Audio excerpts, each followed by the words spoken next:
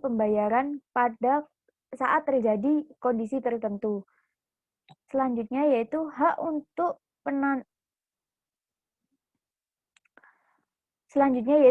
penundaan pelaporan SPT tahunan. Wajib pajak dapat menyampaikan perpanjangan penyampaian SPT tahunan, PPh orang pribadi maupun PPh badan dengan alasan tertentu. Selanjutnya yaitu hak untuk pengurangan PPh pasal 25.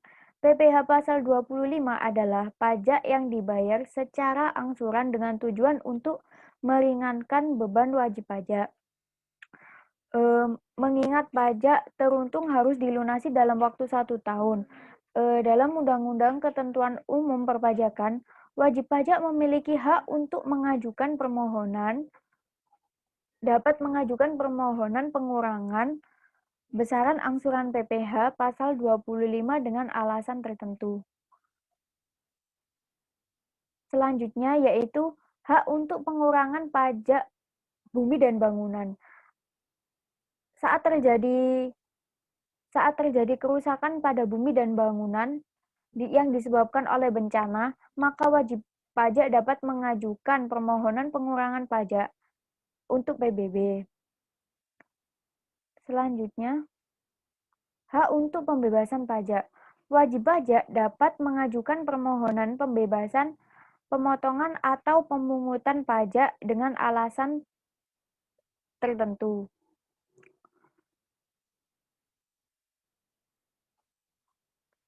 Selanjutnya adalah hak untuk mendapatkan pajak ditanggung pemerintah.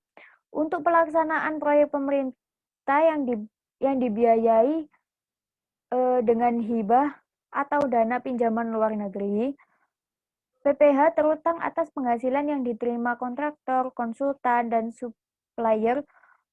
supplier utama ditanggung oleh pemerintah. Selanjutnya yaitu hak untuk mendapatkan intensif perpajakan. Dalam lingkup PPN, barang kena pajak atau BKP atau kegiatan tertentu diberikan fasilitas pembebasan PPN. Selanjutnya yaitu kewajiban wajib pajak. Kewajiban wajib pajak yang pertama adalah kewajiban mendaftarkan diri. Wajib pajak harus mendaftarkan diri untuk mendapatkan nomor wajib pajak atau NPWP, nomor pokok wajib pajak atau NPWP, di kantor pajak Pratama KPP atau kantor pelayanan, penyuluhan, dan konsultasi perpajakan. Selanjutnya adalah kewajiban pembayaran, pemotongan, atau pemungutan dan pelaporan pajak. Sesuai dengan sistem self-assessment, wajib pajak harus melakukan perhitungan pembayaran dan pelaporan pajak terutangnya sendiri. Dalam pelaksanaan kewajiban ini, dapat melakukannya secara mudah dengan cepat melalui online pajak. Yang ketiga yaitu kewajiban dalam hal diperiksa. Dijen Pajak dapat melakukan pemeriksaan pada wajib pajak untuk menguji kepatuhannya dalam memenuhi kewajiban perpajakan. Pemeriksaan ini dilakukan untuk menjalankan fungsi pengawasan terhadap wajib pajak yang tertuju untuk meningkatkan kepatuhan wajib pajak. Dan yang terakhir, kewajiban memberikan data. Data di sini adalah data dan informasi orang pribadi atau badan yang dapat menggambarkan kegiatan atau usaha, peredaran usaha, penghasilan, atau kekayaan yang bersangkutan, termasuk informasi mengenai nasabah debitur. Sekian presentasi dari saya, selanjutnya akan dilanjutkan oleh teman saya. Baik, saya akan melanjutkan menjelaskan mengenai pendaftaran wajib pajak dan pengukuhan sebagai pengusaha kena pajak dan tata cara pembayaran pajak.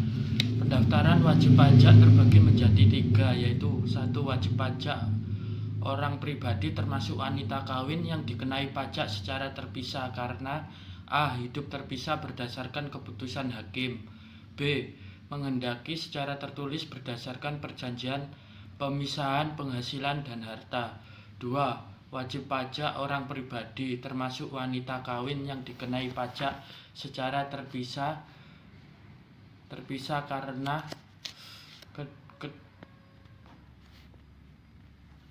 A. Hidup terpisah berdasarkan keputusan hakim, B. Menghendaki secara tertulis berdasarkan perjanjian pemisahan dan penghasilan dan harta. 3. Wajib pajak badan yang memiliki kewajiban perpajakan sebagai pembayaran pajak, pemotong dan atau pemungut pajak sesuai ketentuan peraturan perundang-undangan perpajakan. 4. Wajib pajak badan yang hanya memiliki kewajiban perpajakan sebagai pemotong dan atau pemungut pajak sesuai ketentuan peraturan perundang-undangan perpajakan. 5. Bendahara yang ditunjuk sebagai pemotong dan atau pemungut pajak sesuai ketentuan peraturan perundang-undangan perpajakan. Pengukuhan sebagai pengusaha kena pajak. Surat pengukuhan pengusaha kena pajak atau PKP merupakan surat resmi yang dikeluarkan oleh Kantor Pelayanan Pajak atau KPP sebagai bukti bahwa bisnis Anda sudah bisa dikenakan pajak. Yang bisa mendaftar menjadi pengusaha kena pajak adalah pengusaha kecil dengan batasan omset sehingga Rp 4,8 miliar selama 1 tahun. Buku belum termasuk ke dalam PKP. Tata cara pembayaran pajak. Kewajiban perpajakan di Indonesia sendiri berlaku bagi seluruh wajib pajak tanpa terkecuali, baik itu pedagang kecil, pelaku usaha mikro, kecil dan menengah atau UMKM maupun korporasi. Berdasarkan peraturan pemerintah nomor 23 tahun 2018, penghasilan usaha yang diterima atau diperoleh wajib pajak dengan peredaran bruto atau melebihi Rp 4,8 miliar akan dikenakan pajak penghasilan atau PPh bersifat final dengan tarif 0,5% dari peredaran bruto. Tarif ini berlaku pada pelaku UMKM offline maupun online. Cara bayar pajak usaha dagang atau pajak UMKM. Sebelum membayar pajak, Anda bisa membuat kode billing di DJP online atau menghubungi saluran telepon kering pajak di nomor 15002. Bisa membuat kode billing di DJP online atau menghubungi saluran telepon kering pajak di nomor 1500200. Selain itu, Anda bisa membuat kode billing via internet banking atau SMS ID billing di nomor bintang 141 bintang 500 pagar. Selain melalui kode billing, cara bayar pajak usaha dagang juga bisa dilakukan secara langsung ke kantor pos atau bank yang telah ditunjuk langsung oleh Menteri Keuangan atau Menkeu. Daftar bank yang ditunjuk bisa dilihat di situs pajak.go.id. Anda juga bisa membayarnya via internet banking atau mobile banking.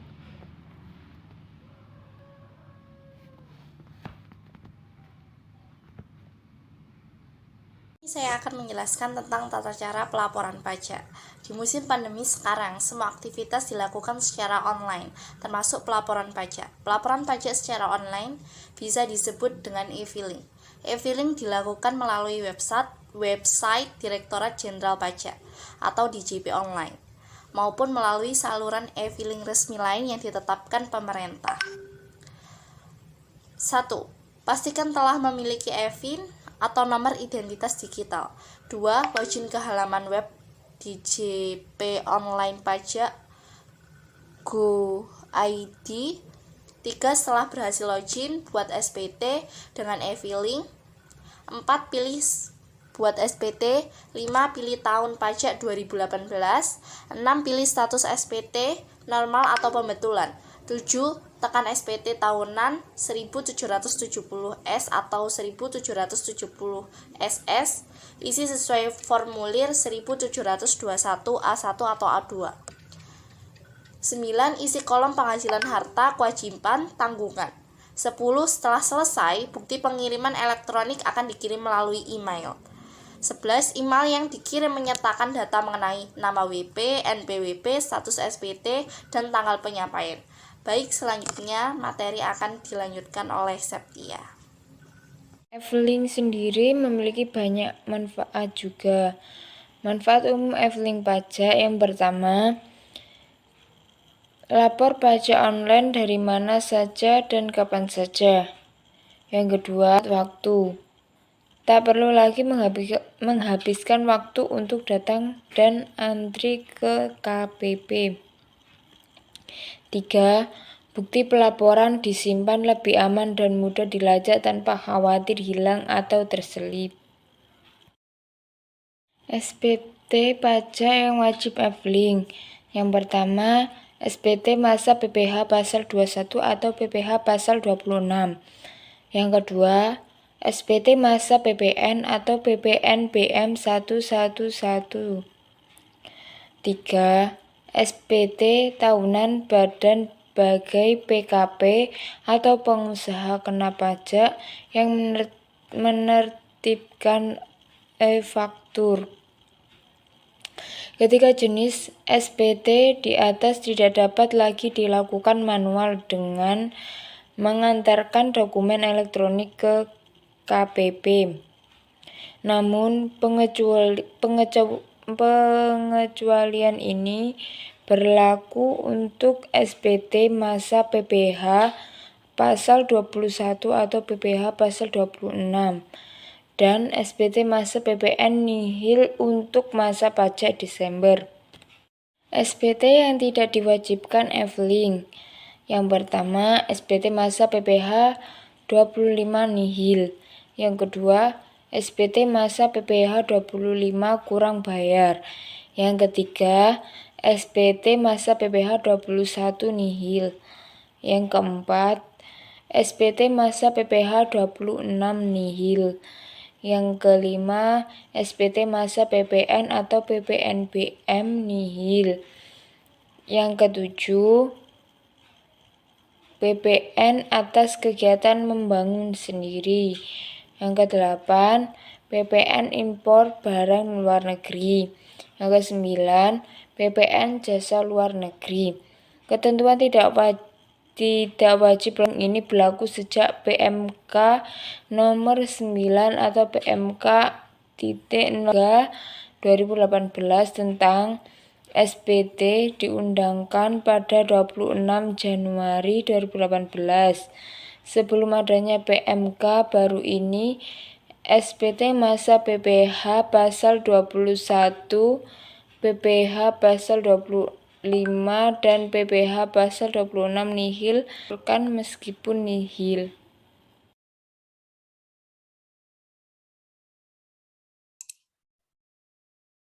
Di sini saya akan menjelaskan tentang pemeriksaan pajak.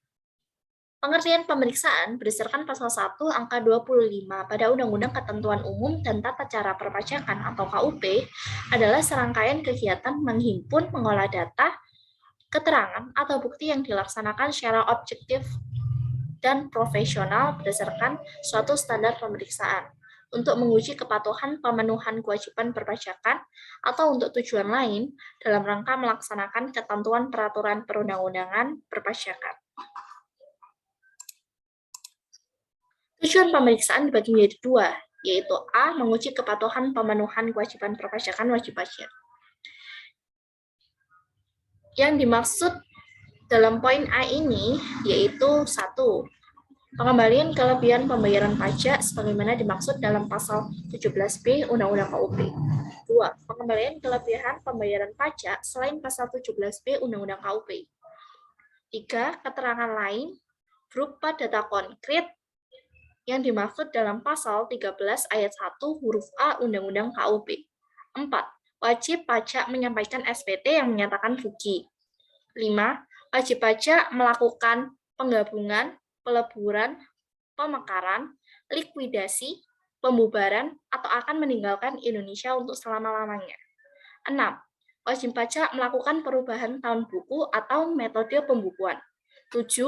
Wajib pajak tidak menyampaikan atau menyampaikan SPT tetapi melampaui jangka waktu yang telah ditentukan dalam surat teguran.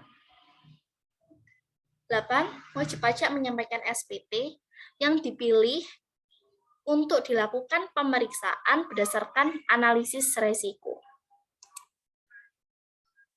Tujuan lain yaitu B. Tujuan lain dalam rangka melaksanakan ketentuan peraturan perundang-undangan perpajakan. 1. Penghapusan nomor pokok wajib pajak. 2. Wajib pajak mengajukan keberatan. 3. Pengumpulan bahan guna penyusunan norma perhitungan penghasilan net. 4. Pencocokan data atau alat keterangan. 5. Penentuan wajib pajak berlokasi di daerah terpencil. 5. Maksud saya 6. Penentuan satu atau lebih tempat terutang PPN atau pajak pertambahan nilai. 7. Pemeriksaan penagihan pajak penentuan saat produksi dimulai atau memperpanjang jangka waktu kompensasi kerugian. 8. Sehubungan dengan pembagian fasilitas perpajakan. 9. Memenuhi permintaan informasi dari negara mitra perjanjian penghindaran pajak berganda. Jenis pemeriksaan dan jangka waktunya dibagi menjadi 2, yaitu pemeriksaan kantor dan pemeriksaan lapangan. Pemeriksaan kantor adalah pemeriksaan yang dilakukan di kantor Direktorat Jenderal Pajak dan biasanya dilakukan paling lama 4 bulan. Sedangkan pemeriksaan lapangan adalah pemeriksaan yang dilakukan di tempat kedudukan, tempat kegiatan usaha atau pekerjaan bebas, tempat tinggal wajib pajak, atau tempat lain yang ditentukan oleh Direktorat Jenderal Pajak dan biasanya paling lama dilakukan 6 bulan. Perkenalkan, nama saya Ferdi Arifin, NIM 2062148. Di sini saya akan melanjutkan presentasi dari Mbak Hemi Rakasiwi. Saya akan menjelaskan tentang penetapan dan ketetapan pajak serta penagihan pajak. Penetapan dan ketetapan pajak. Prinsip self-assessment dalam pemenuhan kewajiban perpajakan adalah bahwa wajib pajak atau WP diwajibkan untuk memperhitungkan, membayar sendiri, dan melaporkan pajak yang terutang sesuai ketentuan peraturan perundang-undangan perpajakan sehingga penentuan besarnya pajak yang terutang dipercayakan pada WP sendiri melalui surat pemberitahuan atau SPT yang disampaikannya. Penerbitan suatu surat ketetapan pajak hanya terbatas kepada WP tertentu yang disebabkan oleh ketidakbenaran dalam pengisian SPT atau karena ditemukannya data fiskal yang tidak dilaporkan oleh WP. Selanjutnya, fungsi surat ketetapan pajak. Fungsi surat ketetapan pajak berfungsi sebagai A.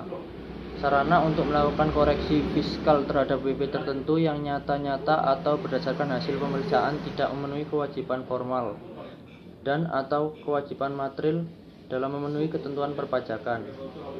B. Sarana untuk mengenakan sanksi administrasi perpajakan. C. Sarana administrasi untuk melakukan penagihan pajak. D. Sarana untuk membalikan kelebihan pajak dalam hal lebih bayar. E. Sarana untuk memberitahukan jumlah pajak yang tertuang. Kemudian jenis-jenis ketetapan pajak. Jenis-jenis ketetapan pajak dibagi menjadi 4. Yang pertama yaitu surat ketetapan pajak kurang bayar atau SKPKB, yaitu surat ketetapan pajak yang menentukan besarnya jumlah pokok pajak, jumlah kredit pajak, jumlah kekurangan pembayaran pokok pajak, besarnya sanksi administrasi, dan jumlah pajak yang masih harus dibayar.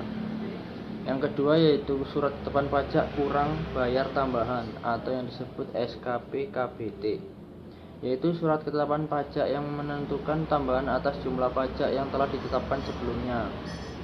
Yang ketiga yaitu surat ketetapan pajak lebih bayar atau yang disebut dengan SKPKLB, yaitu surat ketetapan pajak yang menentukan jumlah kelebihan pembayaran pajak karena jumlah kredit pajak lebih besar daripada pajak terutang atau tidak seharusnya terutang. Yang terakhir yaitu surat ketetapan pajak nihil SKPN, yaitu surat ketetapan pajak yang menentukan jumlah pokok pajak sama besarnya dengan jumlah kredit pajak atau pajak tidak terutang dan tidak ada kredit pajak. Kemudian surat tagihan pajak. Surat tagihan pajak atau STP diterbitkan dalam hal pajak penghasilan dalam tahun berjalan tidak atau kurang dibayar. Dari hasil penelitian SPT, terdapat kekurangan pembayaran pajak akibat salah tulis atau salah hitung. WP dikenakan sanksi administrasi denda dan atau bunga. Pengusaha yang telah dikukuhkan sebagai pengusaha kena pajak tetapi tidak membuat faktur. Terakhir, pengusaha yang telah dikukuhkan sebagai pengusaha kena pajak yang tidak mengisi faktur pajak secara lengkap. Pengusaha yang telah dikukuhkan sebagai pengusaha kena pajak yang tidak mengisi faktur pajak secara lengkap selain 1. Identitas pembeli, nama, alamat, dan NPWP pembeli barang kena pajak atau penerima jasa kena pajak. 2. Identitas pembeli, nama, alamat, NPWP pembeli barang kena pajak atau penerima jasa kena pajak, serta nama dan tanda tangan, nama jabatan dan tanda tangan yang berhak menandatangani faktur pajak. Dalam hal penyerahan dilakukan oleh pengusaha kena pajak pedagang eceran. Pengusaha kena pajak melaporkan faktur pajak tidak disesuaikan dengan masa penerbitan faktur pajak, atau pengusaha kena pajak yang gagal berproduksi dan telah diberikan pengembalian pajak masukan. Surat tagihan pajak mempunyai kekuatan hukum yang sama dengan surat ketetapan pajak, sehingga dalam hal penagihannya dapat dilakukan dengan surat paksa. Kemudian daluarsa penetapan pajak. Daluarsa penetapan pajak ditentukan dalam jangka waktu 5 tahun sesudah saat terutangnya pajak atau berakhirnya masa pajak, bagian tahun pajak atau tahun pajak. Assalamualaikum warahmatullahi wabarakatuh. Perkenalkan, nama saya Jihan Budi Syahrani. Di sini saya akan membahas tentang pencatatan dan pembukuan pajak. Sama halnya dengan sistem akuntansi yang dimulai dari pengumpulan dokumen atau pencatatan dokumen, dilanjut dengan pembuatan jurnal harian, dan dilanjut membuat neraca keuangan dan laporan laba rugi. Yang pertama, saya akan membahas tentang pembukuan. Pembukuan dalam sebuah pajak artinya suatu proses pencatatan yang dilakukan secara teratur untuk mendapatkan sebuah data atau informasi keuangan yang meliputi harta, kewajiban, modal, penghasilan atau biaya keuangan, barang atau jasa, untuk menyusun laporan keuangan. Di sini pembukuan pada pajak berguna untuk membuat laporan SPT tahunan PPh wajib pajak. Jadi pembukuan dalam perpajakan itu berguna untuk membuat sebuah lampiran untuk laporan SPT tahunan PPh wajib pajak. Wajib menyelenggarakan pembukuan. Tentunya kita semua pada bertanya-tanyakan ya, siapa saja yang wajib melakukan pembukuan. Yang pertama yang wajib melakukan pembukuan yaitu perusahaan, badan, orang pribadi yang memiliki kegiatan usaha atau memiliki pekerjaan bebas yang berpenghasilan gaji bruto dalam 1 tahun lebih dari 4,8 miliar. Contoh kegiatan usahanya yaitu yang wajib melakukan pembukuan toko emas, persewaan mobil, dan lain sebagainya. Orang pribadi yang memiliki pekerjaan bebas, contohnya pengacara, dokter, notaris, konsultan, wajib melakukan pembukuan karena gaji mereka itu lebih dari 4,8 miliar. Ya, dijelaskan bahwa siapa saja yang wajib melakukan pembukuan. Yang pertama tadi kan badan atau perusahaan. Yang kedua, orang pribadi yang memiliki kegiatan usaha atau memiliki pekerjaan bebas seperti notaris tadi sudah dijelaskan, lalu konsultan, dokter, karena mereka memiliki penghasilan dalam 1 tahun lebih dari 4,8 miliar. Apa sih pentingnya pembukuan dalam sebuah akuntansi?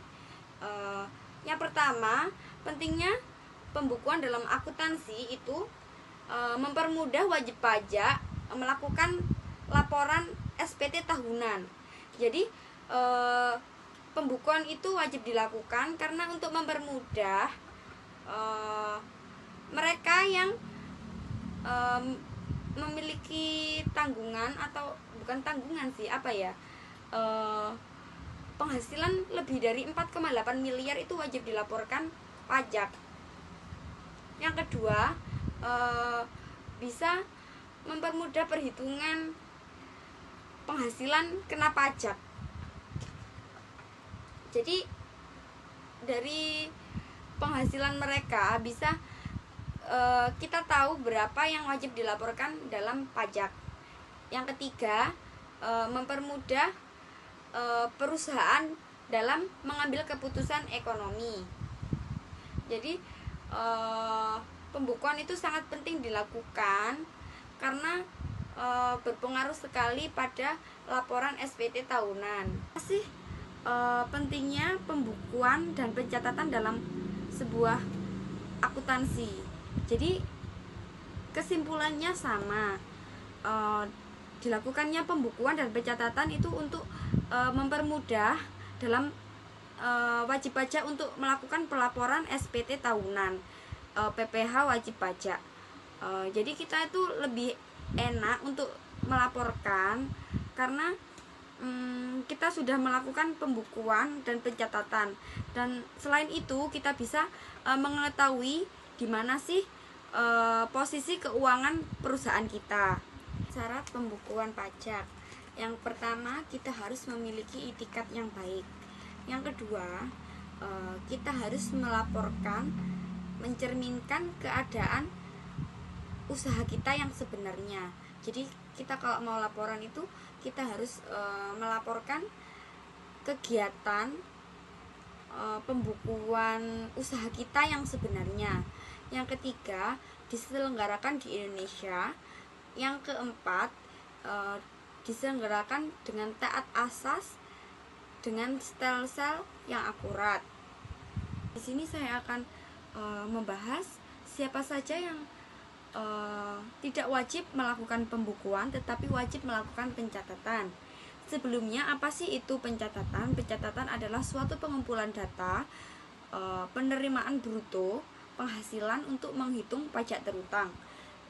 Jadi siapa saja yang tidak wajib melakukan pembukuan tetapi wajib melakukan pencatatan? Yang pertama adalah orang wajib pajak orang pribadi yang memiliki usaha atau penghasilan yang kurang dari 4,8 miliar, boleh dihitung menggunakan neto. Yang kedua, wajib pajak orang pribadi yang tidak memiliki kegiatan usaha atau pekerjaan bebas. Dilakukannya pencatatan. Yang pertama, harus dibuat urut berdasarkan tanggal. Yang kedua, didukung oleh dokumen. Yang ketiga, harus dibuat lengkap 1 tahun dari 1 Januari sampai 31 Desember. Ada kewajiban penyimpanan buku catatan. Buku catatan harus disimpan lengkap selama 10 tahun untuk pelaporan pajak. Jadi selama 10 tahun data tersebut tidak boleh hilang. Masih pentingnya pembukuan dan pencatatan dalam sebuah akuntansi. Jadi kesimpulannya sama, dilakukannya pembukuan dan pencatatan itu untuk mempermudah dalam wajib pajak untuk melakukan pelaporan SPT tahunan, PPh wajib pajak. Jadi kita itu lebih enak untuk melaporkan karena kita sudah melakukan pembukuan dan pencatatan, dan selain itu kita bisa mengetahui di mana sih posisi keuangan perusahaan kita. Demikian. Baik, saya Ika Nur Fadilah, NIM 2062161. Saya akan menjelaskan tentang jenis sanksi dalam perpajakan. Nah, sanksi perpajakan sendiri adalah sanksi yang diberikan kepada wajib pajak yang tidak memenuhi ketentuan UU perpajakan. Misalnya, telat membayar PPh 21, telat melaporkan SPT PPh pasal 23, dan lain sebagainya. Nah, pada dasarnya terdapat jenis sanksi dalam perpajakan, yaitu sanksi administrasi dan sanksi pidana. Di dalam pembahasan kali ini akan disampaikan sanksi administrasi dan atau sanksi pidana dalam setiap pelaksanaan kewajiban perpajakan akibat dari pemanfaatan hak perpajakan.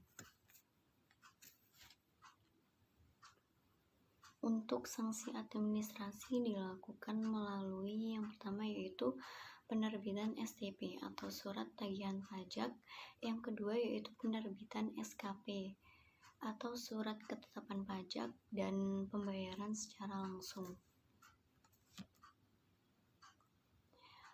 Untuk sanksi administrasi sendiri melalui penerbitan STP atau surat tagihan pajak dapat berupa denda yang dapat diatur dalam pasal 7 ayat 1, pasal 14 ayat 4, pasal 25 ayat 9, dan pasal 27 ayat 5D. Untuk yang kedua yaitu sanksi bunga yang diatur dalam pasal 9 ayat 2A, pasal 2 ayat pasal 9 ayat 2B, pasal 8 ayat 2A, pasal 8 ayat 2, pasal 14 ayat 3, pasal 14 ayat 5, pasal 19 ayat 1, pasal 19 ayat 2, dan pasal 19 ayat 3.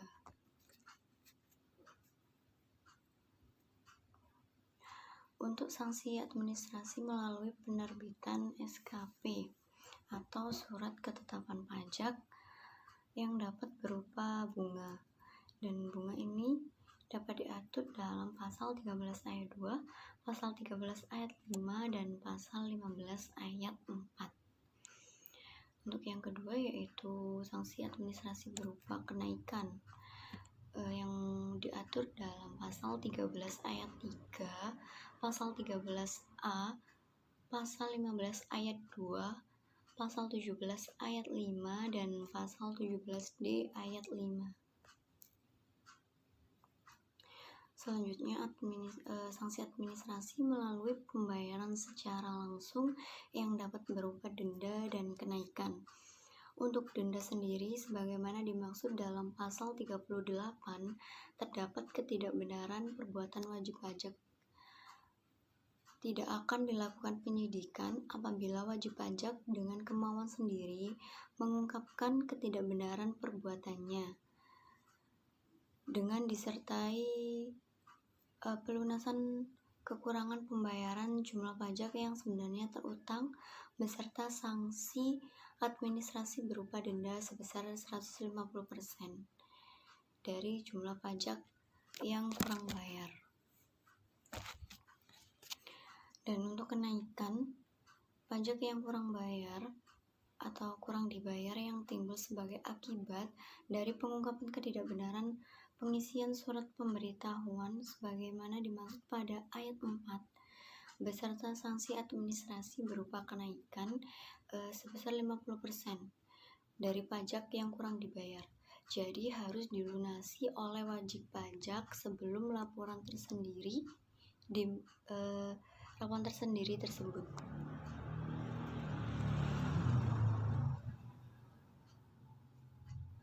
Selanjutnya untuk sanksi pidana. ketentuan mengenai sanksi pidana ini di bidang perpajakan diatur atau ditetapkan dalam Undang-Undang Nomor 6 Tahun 1983, sebagaimana telah diubah terakhir dengan UU Nomor 28 Tahun 2007 tentang Ketentuan Umum dan Tata Cara Perpajakan dan UU Nomor 12 Tahun 1985 sebagaimana telah diubah dengan UU Nomor 12 Tahun 1994 tentang pajak bumi dan bangunan. Untuk sanksi pidana perpajakan dapat berupa ALPA. Nah, ALPA sendiri berdasarkan pasal 38, yaitu setiap orang yang karena kealpaannya tidak menyampaikan surat pemberitahuan atau menyampaikan surat pemberitahuan tetapi isinya tidak benar atau tidak lengkap, atau melampirkan keterangan yang isinya tidak benar. Yang kedua yaitu sengaja. Berdasarkan pasal 39 ayat 1 dan pasal 39A, setiap orang yang dengan sengaja tidak mendaftarkan diri untuk diberikan nomor pokok wajib pajak atau tidak melaporkan usahanya untuk dikukuhkan sebagai pengusaha kena pajak, menyalahgunakan atau menggunakan tanpa hak nomor pokok wajib pajak atau pengukuhan pengusaha kena pajak dan tidak menyampaikan surat pemberitahuan dan atau keterangan yang isinya tidak benar atau tidak lengkap.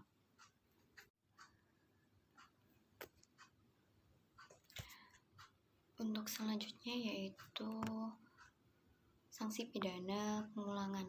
Berdasarkan pasal 39 ayat 2, sebagaimana dimaksud pada pasal 39 ayat 1 ditambahkan 1 kali menjadi 2 kali sanksi pidana apabila seseorang melakukan lagi tindak pidana di bidang perpajakan sebelum lewat 1 tahun terhitung sejak selesainya menjalani pidana penjara yang dijatuhkan. Sanksi pidana berikutnya yaitu percobaan. Berdasarkan pasal 39 ayat 3, setiap orang yang melakukan percobaan untuk melakukan tindak pidana menyalahgunakan atau menggunakan tanpa hak NPWP atau nomor pokok wajib pajak atau pengukuhan pengusaha kena pajak atau menyampaikan surat pemberitahuan dan atau keterangan yang isinya tidak benar atau tidak lengkap dalam rangka mengajukan permohonan restitusi atau melakukan kompensasi pajak, dipidana dengan pidana penjara paling sedikit 6 bulan dan paling lama 2 tahun dan denda paling sedikit 2 kali dari jumlah restitusi yang dimohonkan dan atau kompensasi atau pengkreditan yang dilakukan paling banyak 4 kali yang dimohonkan atau kompensasi dari pengkreditan yang dilakukan. Sanksi pidana menurut ketentuan dalam Undang-Undang Perpajakan ada denda pidana, kurungan, dan penjara. Nah, denda pidana ini sanksi berupa denda pidana dikenakan kepada wajib pajak dan diancamkan juga kepada pejabat pajak atau pihak ketiga yang melanggar norma. Denda pidana dikenakan kepada tindak pidana yang bersifat pelanggaran maupun bersifat kejahatan. Yang kedua yaitu kurungan. Pidana kurungan hanya diancamkan kepada pihak tindak pidana yang bersifat pelanggaran. Dapat ditujukan kepada wajib pajak dan pihak ketiga. Karena pidana kurungan diancamkan kepada si pelanggar norma itu, ketentuannya sama dengan yang diancamkan dengan denda pidana. Jadi, masalahnya hanya ketentuan mengenai denda pidana itu diganti dengan pidana kurungan selama-lamanya. Yang ketiga yaitu penjara. Pidana penjara ini seperti halnya dari sanksi kurungan, merupakan hukuman perampasan kemerdekaan. Pidana penjara diancamkan terhadap kejahatan. Ancaman pidana penjara tidak ada yang ditujukan kepada pihak ketiga, adanya kepada pejabat dan kepada wajib pajak.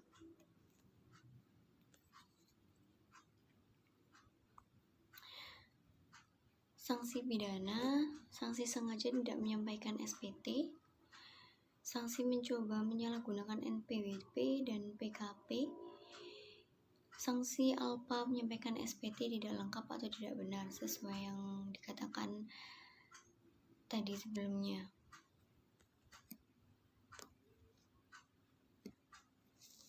Mungkin itu yang dapat saya sampaikan. Apabila ada kurang atau lebihnya, saya mohon maaf. Terima kasih. Wassalamualaikum warahmatullahi wabarakatuh.